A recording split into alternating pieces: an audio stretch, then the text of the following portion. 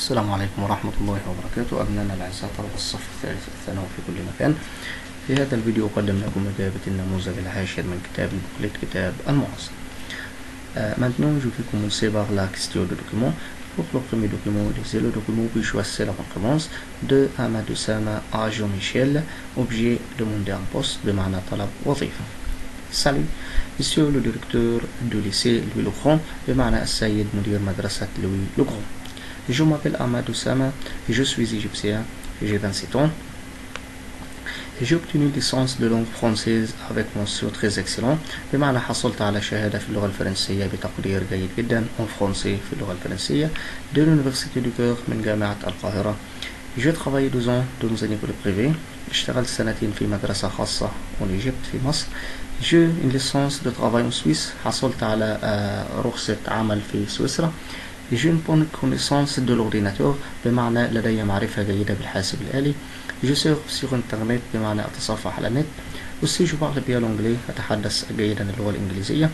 J'espère travailler avec vous أتمنى العمل معكم. Vous trouvez dans le mail une copie de mon CV. ستجدون في الإيميل بتاعي صورة من السي ainsi que mon numéro de téléphone وكذلك رقم التليفون. J'attends votre réponse أنا في انتظار ردكم. Numéro 1. Amadou Sama a une licence de travail. حصل على رخصة عمل. طبعا الإجابة هي en Suisse بمعنى في سويسرا. طبعا لو جينا الدوكيمون هتلاقي في السطر الثالث آخر السطر الثالث j'ai une licence de travail en Suisse. حصلت على رخصة عمل في سويسرا. إذا الإجابة numéro C. La phrase numéro 2. Le CV a été envoyé. السي في أرسلت بي. طبعا الولد قال vous trouvez dans le mail une copie de mon CV في الإيميل. إذا الإجابة عبارة عن أخبار إيميل. السي في أرسلت عبر الإيميل. numéro 3. Amadou Sama a déjà travaillé 2 ans. اشتغل سنتين. طبعا الإجابة هي dans une école privée في مدرسة خاصة. La phrase numéro 4. Amadou Sama a. طبعا الإجابة هي 27 ans بمعنى عنده 27 سنة زي ما قال في أول سطر في الوثيقة جي 27 ans. La phrase numéro 5. Amadou Sama a sa licence. طبعا حصل على الشهادة بتاعته منين؟ الإجابة هي numéro B de l'Université du Caire من جامعة القاهرة.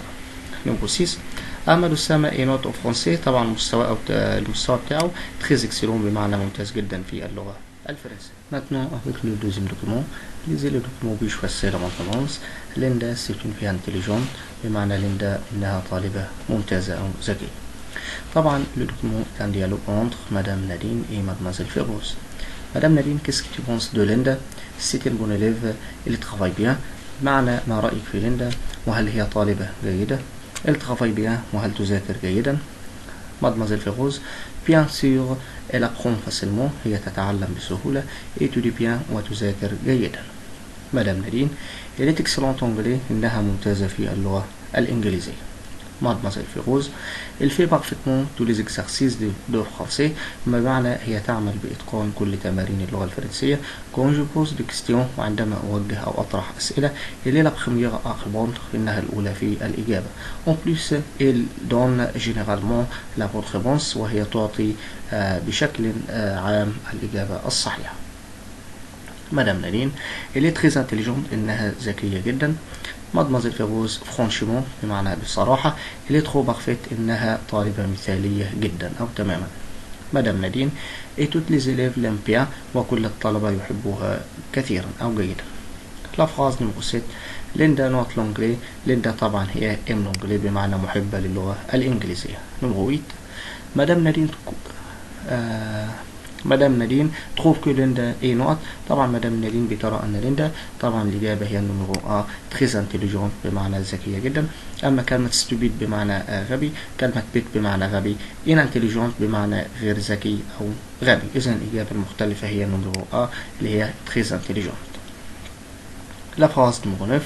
Ce dialogue a lieu entre. هذه المحادثة تمت بين.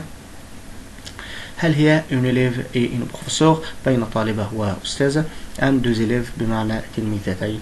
un élève et un professeur بمعنى تلميذ ومدرس أم deux professeurs مدرستين. أتوقع أن السؤال طبعا هي عبارة عن محادثة بين مدرستين إحداهما مدرسة للغة الإنجليزية والأخرى professeur de français مدرسة للغة الفرنسية. إذن الإجابة هي numéro D. لا فراز نمرو 10 ليندا في نقط لي زيكزارسيس دو فرونسي بمعنى هل هي بتعمل؟ طبعا الإجابة هي بارفيتمون بمعنى بإتقان تمارين اللغة الفرنسية. نمرو 11 مادموزيل فيروز بروفيسور دو. مادموزيل فيروز بتكون مدرسة لي. طبعا لو رجينا لمادموزيل فيروز elle fait parfaitement tous les exercices de français، هي بتعمل بإتقان كل تمارين اللغة الفرنسية، إذن هي بروفيسور دو فرونسي مدرسة للغة الفرنسية. نمرو 12 cette scène a lieu، هذا المشهد يتم أو يحدث هل en classe أم au lycée في المدرسة أم دون rue في الشارع أم au club؟ طبعا الإجابة هي cette scène a lieu، هذا المشهد يتم في au lycée. Maintenant, avec la question de situation, choisissez la bonne réponse dans les situations suivantes. Numéro 13. Le garçon vous présente un repas, il vous dit بمعنى الجرسون بيقدم لك وجبة هو يقول. طبعا الإجابة شباب بدون شك هي نوميكو بي. بون أبيتي بمعنى شهية طيبة. أما كلمة بون أنيفرسير بمعنى عيد ميلاد سعيد. بون أني بمعنى سنة سعيدة. وكلمة أوفوار بمعنى إلى اللقاء. Numéro 14. Vous choisissez une jupe mais la taille est petite. Vous dites au vendeur بمعنى أنت اخترت جيبة ولكن المقاس طبعا كانت لا taille بمعنى مقاس الملابس et petite بمعنى صغير. هتقولي للبائع طبعا الإجابة هي نمرو A سيسغي بمعنى إنه ضيق. أما كلمة سيلارج بمعنى إنه واسع. سيلون بمعنى إنه طويل. سي تري غرون بمعنى إنه كبير جدا. نمرو 15. Vous voulez acheter de l'huile. Vous dites أنت تريد أن تشتري الزيت. طبعا الزيت يا شباب إذا الإجابة هي الزيت. إذا الإجابة هي جوفي والسوبر مارشي. أنا سوف أذهب إلى السوبر ماركت. الإجابة نمرو بي. نمرو 16. Un piton vous demande l'heure. Il dit بمعنى أحد المرة يسألك عن الساعة هو يقول. الإجابة نمرو سي. Vous avez l'heure بمعنى هل لديك ساعة. نمرو 17. Vous aimez la cuisine et vous allez à une fête de baiser. Vous dites أنت تحب الطبخ وأنت تذهب إلى حفلة تنكرية. إذن الإجابة شبه هي نمرو A. Je vais me déguiser en cuisinier معناه سوف أتنكر في زي. طبعا كلمة cuisinier بمعنى زي طباخ. نمرو 18. Votre ami vous interroge sur les équipements du badminton. Vous dites زميلك بيسألك عن معدات تنس الريشة. أنت تقول. طبعا الإجابة هي نمرو A. Un ballon et des raquettes بمعنى كرة تنس ريشة ومضرب. نمرو 19. Vous êtes chez le médecin, il vous dit أنت عند الطبيب هو يقول لك. الإجابة يا شباب هي quel est votre problème ما هي مشكلتك. الإجابة نمرو دي. نمرو 20. Vous aidez votre mère à la maison. Vous dites أنت تساعد والدتك في المنزل. أنت تقول.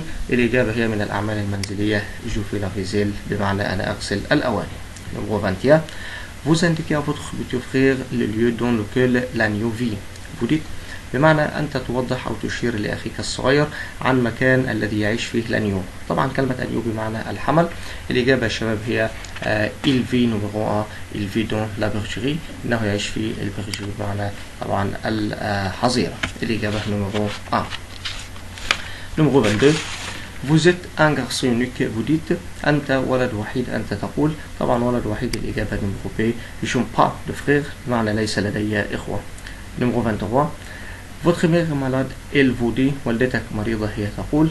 الإجابة هي va faire les courses بمعنى اذهب لكي تتسوق. نمرو 24. Vous demandez en français le nombre de repas qu'il prend par jour بمعنى أنت تسأل فرنسي عن عدد الوجبات التي يتناولها يوميا. هو يقول. طبعا الإجابة هي نمرو دي. لو بيتي دوجيني بمعنى الإفطار. لو دوجيني الغداء. لو بيتي التصبيرة والوجبة الخفيفة. et لو ديني والعشاء. Maintenant, avec la question de grammaire, choisissez la bonne réponse. La phrase numéro 25.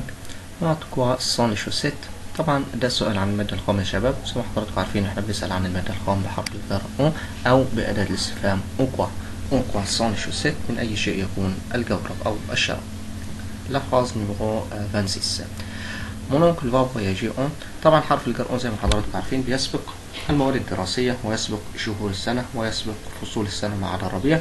كذلك يسبق من الدول المذكرة المبدوءة بحرف متحرك. كذلك يسبق الدول المؤنثة.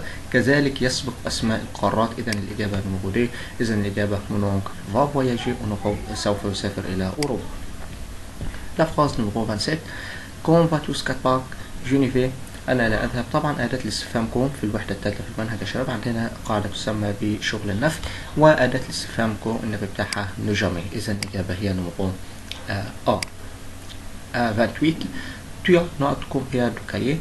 طبعا المساعد avoir في الجملة، وزي ما حضراتكم عارفين في حالة وجود avoir فإن اسم المفعول لا يضاف له تبعية، إذا الإجابة فعل acheter، إذا الإجابة نمرو B.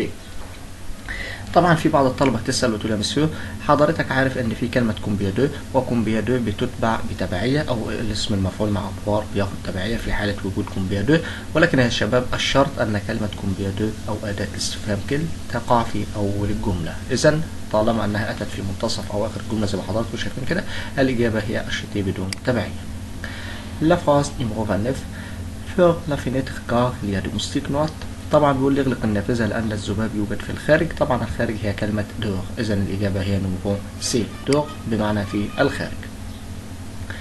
La phrase numéro 30. Pour quelle raison avez-vous perdu le match؟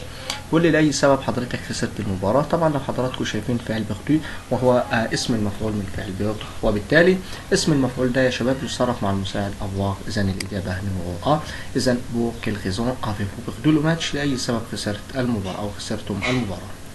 La phrase numéro 31. شادي برو نوت بوس. طبعا عندي مجموعة من الأفعال يا شباب بتتبع بالمحددات، وهي فعل ايمي، بريفيري، ادوري، تستي، زائد فعل برون واتوندر، زائد فعل utiliser. الفعل ده بيتبع بالمحددات، وزي ما حضراتكم عارفين بوس أو لوتوبيس هي أداة استفهام كلمة مذكرة، وبالتالي لابد من استخدام لو المذكرة، إذا الإجابة نمرو سي. La phrase numéro 32.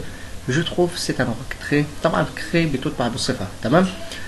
كلمة أنوراك بمعنى الجاكيت، وهي كلمة ماسكولين فرنسي، إذا الإجابة الشباب هي بو، إذا الإجابة نمرو بي. جو تروف سي أنوراك تري بو، أرى أن هذا الجاكيت يكون رائع أو جميل جدا. لا فراز نمرو 33. أغار يارا نقط فوزيت اون retard. طبعا دي جملة أمرية يا شباب، وفي حالة الأمر طبعا أنا هوجه الأمر للجمع، إذا الإجابة نمرو بي اللي هي دي بيشيفو أسرعوا، فوزيت اون retard بمعنى لقد تأخرتم. La phrase numéro 34. نوع hôpital. كلمة hôpital بمعنى المستشفى، وهي كلمة ماسكولين فرنسي commence par une voyelle، تبدأ بحرف متحرك، وبالتالي لابد من استخدام l'adjectif démonstratif set. set hôpital لأنها تسبق المذكر المبدوء بحرف متحرك، الإجابة نمرو بي. 35. Vous prenez quel moyen de transport pour rentrer chez نوت. طبعا الإجابة هي chez vous.